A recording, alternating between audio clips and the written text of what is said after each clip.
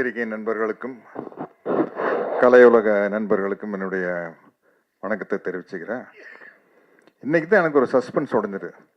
சிங்கம் என்ன சிங்கிளாத்தான் இருக்குதா? யோகி பாபி சொன்னதுக்கு அப்புறம் தான் தெரிஞ்சது. பத்தி பேசினா எல்லாத்த பத்தி பேசணும்னா இந்த டேபிளை திருப்பி போட்டு இங்க பார்த்தா பேசணும், அங்க பார்த்தா பேசணும். அவ்வளோ ஆர்டிஸ்ட் இருக்கிறாங்க.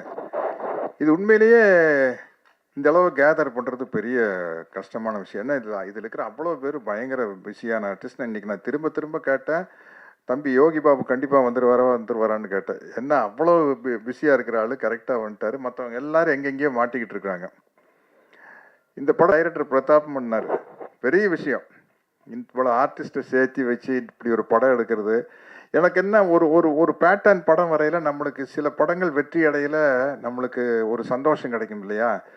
அது மாதிரி இப்போ இந்த மதகஜராஜாவும் குடும்பஸ்தனும் ஓடுறது ஒரு சரி, இப்போ ஜனங்களுக்கு ஒரே ரத்தம் கொலை அதே பார்த்து பார்த்து இந்த மாதிரி ஒரு குடும்ப படத்தை ஜாலியாக காமெடியாக பார்க்குறது ரொம்ப ரசிக்கிறாங்க அப்படிங்கிறது இந்த ரெண்டு படத்தின் மூலமாக நம்மளுக்கு நிரூபணம் ஆயிருக்குது. அது ரொம்ப மகிழ்ச்சியான விஷயம்.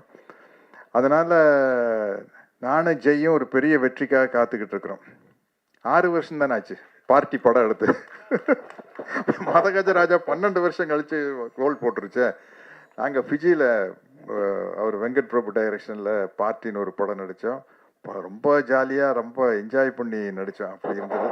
அந்த படமும் கூடி சீக்கிரம் வெளியானோம்.